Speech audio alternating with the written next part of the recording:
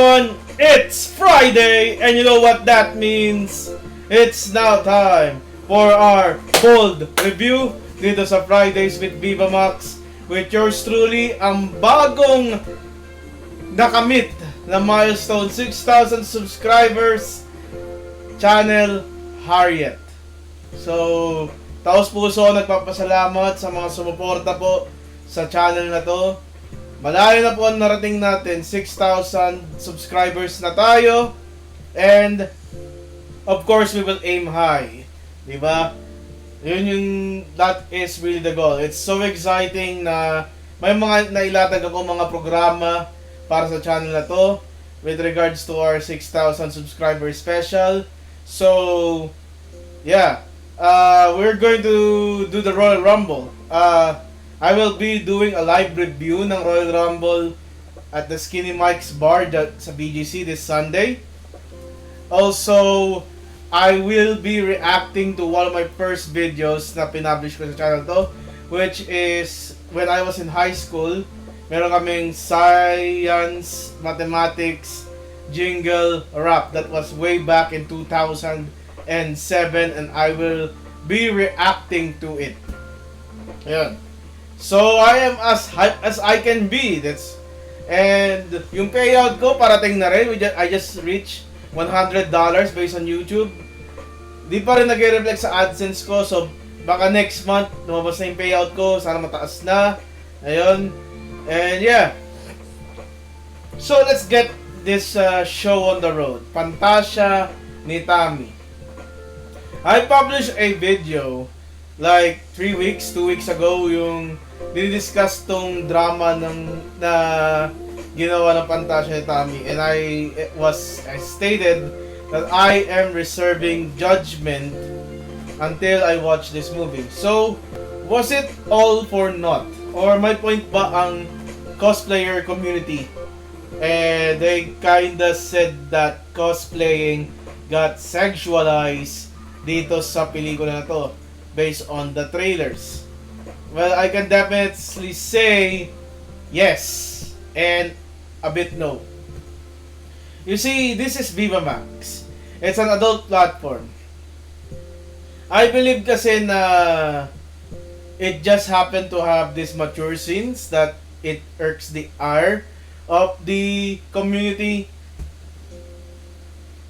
But if we remove all those mature scenes, meron naman sigurong mapapanood dito sa Pantasya ni Tami, right? Right? Okay. So, we go to the story. So, like nga lang yung video na to para mapunta tayo sa For You ng YouTube. Subscribe to the channel, hit that bell icon for more of your bold review dito sa Fridays with Vivamax. Ayan. So, kwento na natin. So, Tami is an anime fan and gumagawa siya ng doujins. And ang doujin is like personal artwork. And illegal siya sa Japan. Illegal siya sa Japan kasi doujins are, since it's a personal artwork, sometimes it could get a little bit, mature, for the lack of a better term. At dahil nagiging mature yung doujin, you can...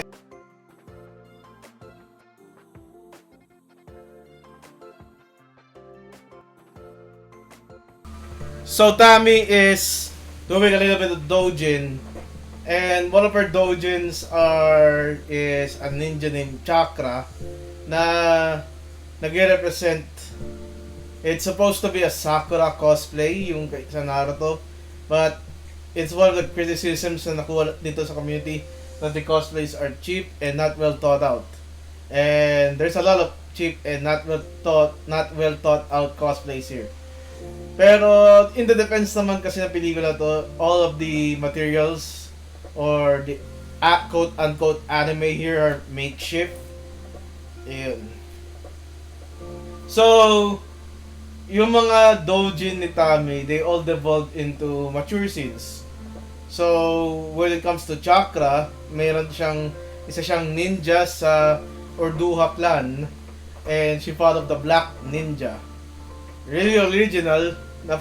It's like That's the lamest name na narinig ko. Tapos may CGI shuriken, and then there's a cringe fight scene, and then it devolved into smashing. Yeah, alam mo na, nagkaroon silang ng eye contact, and then the Black Ninja actually unleashes his ultimate move, the Bokage, and then Bokage ga, the Bukake ata yun, and then they Bukake themselves, and then we see back into the real life, si Tami, she is pleasuring herself into one of her own doujins. By the way, doujin Tami, fantasy Tami is, or chakra, is played by Erika Balagtas. Okay. Si Tami, kasi ang kanyang pagkalakihan dito is she is devoid of love by her parents. Common Vivamax trope. Pero dito, medyo turn up yung love to 11. So, she has a stepmother that really hates her. Doesn't understand her passion as a cosplayer or a weeb. Ayun. And it's such that na nung first try na mag-cosplay si Tami, she found appreciation from the audience. So, Tami cosplayed as a character, a makeshift character named Kami Lee, na strangely enough, kamukha awig niya yung sa Street Fighter na si Kami. Yeah. I've asked my friend, who the heck is Kami Lee? It really, parang Kami lang talaga na Street Fighter yun. Inavoid lang nila, Kami Lee. Okay. And dito, she met Gelo kasi nabangga and kinda ruined her costume. So she sets out to clean it with a blow dryer sa dressing room. I don't know how a blow dryer would work. And then she hid because we meet the antagonist of this movie, Jiad Arroyo playing as Ken, having a session with one of his clients, Colleen, played by Shiena. And habang nagtatalik itong si Ken sa si Colleen, nagtatago itong si Tami. So, right after magtalik itong si Ken, alam ni Colleen na may nag-voyeurs sa kanila. And Tami promised to keep it as a secret. So, kumuha siya ng payo, a simple advice from Colleen, and she uplifts her bra to show a little bit of chest. Diba? And that really parang pumunta sa kanya yung audience, she gets self-appreciated, and then she won the cosplay competition. Pretty much yun. And ito sa mga controversial factors na nakita sa cosplay community. It's sexualized. It's kasi nanalo yung nagpakita ng dibdib, yung nag-up ng bra para ma-push upwards. And I understand that. So, yung kasikatan ni Tami is baliwala lang sa kanyang stepmother, still mad, and parang nagkaroon ng ultimatum na palalayasin itong si Tami if she continues to cosplay. So, ang ginawa ni Tami, mahanap siya ng pagkakakitaan. There, she rendezvous with Ken at a random cosplay convention, and she is using the alias Chibi Tami, which doesn't make sense kasi Chibi is super deformed character and Tami isn't super deformed. Fantasy Tami isn't super deformed, so why would she use Chibi Tami? I don't know. So Ken agreed. Tami tried to get some more pointers from Colleen, but Colleen is like the queen of the cosplays here, and she denied Tami the opportunity. So it's Ken here who swoops in and takes Tami to his studio, Shuriken Shutterhouse. That's a really good name ng isang studio. Maybe I'll take it. Shuriken Shutterhouse. That's a nice name. Ganda, maangas. Pag-isipan nyo, well thought out. Okay. And dito, natuklasan ni Tami yung gravure. Meron naman palang genre na ganito gravure, cosplay. So, kaya sinabi ko yes and no. Yes, there is some sexualization ng mga cosplayers dito. But then again, yung most of the mature cosplays here, it was really defined into the niche na gravure cosplay, gravure. And Ken is a gravure photographer who has Tami pose into sexy poses. Yun. Para mabenta. Siyempre, mabenta, sinamahan siya ng kanyang kaibigan na si Jonah, played by Zia Zamora. And we have to talk about the character of Jonah here. Okay. So, Jonah is Tami's supportive friend. She has a love interest here na isa ring cosplayer. Mas bumabalot sa kanya. Yung mga balot sa kanya, pick-up lines, kaiju ka ba? Pokemon ka ba? Or something. And then, sorry about that. Yeah, na-fall sila. Okay, enough with that. Yung first session ng photoshoot ni Tami kay Ken, nakita ni Jonah how Ken really lifts Tami into this very suspicious positions na talagang magpapared flag ka eh. And it worked, okay? So Tami got an open account. It's called Gravure for All. It's like an OnlyFans for anime weebs with cosplay. And kumikita siya doon, like 50,000. Syempre may share si Ken. And then, yung gentleness ni Ken, and really, on the way how Ken touches Tami, or handles Tami, Tami just gave in into the hotness. She got the hots for Ken, and they're doing the momol. Make out lang. Okay. At syempre sa pagsikat ni Tami as the new cosplay queen, pagbaba ni Colleen, and this really puts Colleen jealousy, and she got forced out of the cosplay business. Fast forward, nalaman ng pamilya ni Tami yung na kumikita si Tami ng pera dahil yung cosplay na ginagawa niya, which is really defined here as gravure, ay kalaswaan. So, it's a boomer mentality naman kasi, kaya akala kalaswaan. Hindi matanggap yung passion, etc. And Tami was kicked out of the house. And then, Colleen foreshadowed yung mangyayari, yung tunay na ugali ni Ken. Ken is really a manipulative photographer. So, he came back to Colleen, bribed her, blackmailed her, unless she will release one of the videos that they have session, into forcibly doing a buko juice. So yun yung Ken is a manipulative photographer. At I think this Ken is a symbolism ng fear ng mga cosplayers din sa pelikula to, which is sexualizing sexualizing cosplay. And that is materialized into Ken. And due to that, Ken grew obsessed with Tami.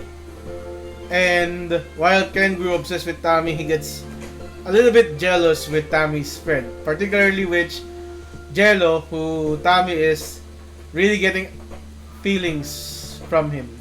So yung jealousy, Ken has some attitude adjustment towards kay Tami in one of the random shoots.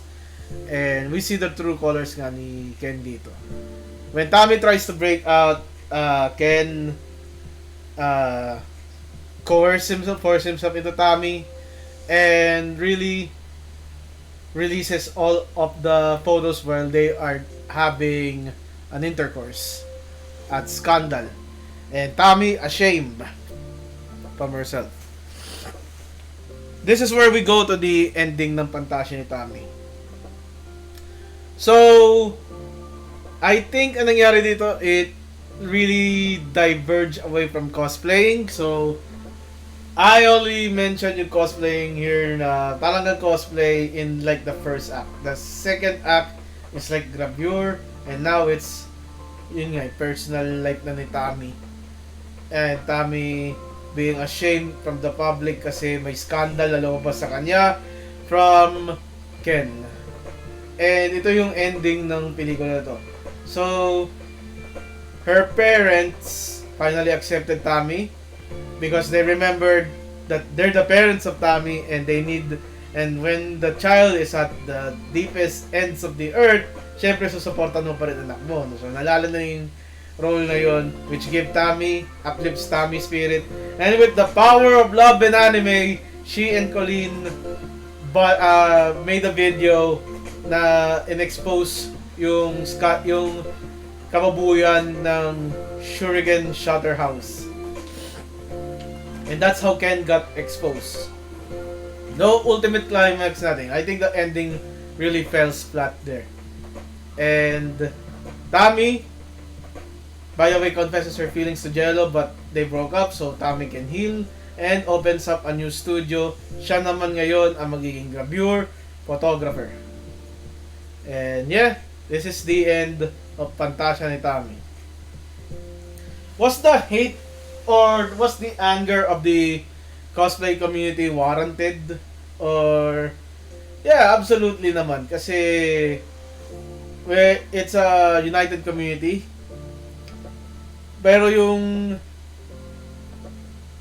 drama na nag-generate is because they suddenly jump into conclusions based on the trailer. I suggest na panoorin nila yung pelikula na to. Or if not, they could just go to the Vivamax website and download it. Yeah. Pero para sa akin naman kasi, it's an alright film. Nothing much. Yung pagtatalik or yung pag-sexualize, it was pretty controlled. Para sa akin, hindi naman siya pinut yung cosplaying in a bad light when you watch the film. I think yung pagtatalik dito is just limited to Tami's character kasi it established na through her doujins, medyo na a-arouse siya. Okay? Pero hindi naman sa lahat. It's Tami's character, okay? And the sexualization of cosplaying were represented by one man, Ken, who preys on newbies, but he did get the justice ending, pero the ending really just fell flat. Yeah, yun yung opinion ko. Alright? Yun yung opinion ko. It's an alright film. And when we say alright, let's go to our tier list. So, Pantasya ni Tami. Where do we rank this one? Let's go to the window capture. So, for Pantasya ni Tami, it's an alright movie. It's no copium naman. I think I'm just gonna give Pantasya ni Tami, what is this, an all-nighter? Yeah, I will give Pantasya ni Tami an all-nighter. I haven't really reviewed the mature scenes, no? Mature scenes, they're pretty fine. Ang magandang mature scene is yung simula, yung kay Shiena. The Azi scenes fell flat. I think Zia Zamora scene medyo maikli. So, yun. It's just yung scene kasi ni Tami, yung mga mature scenes, pwede naman tanggalin eh. Yun.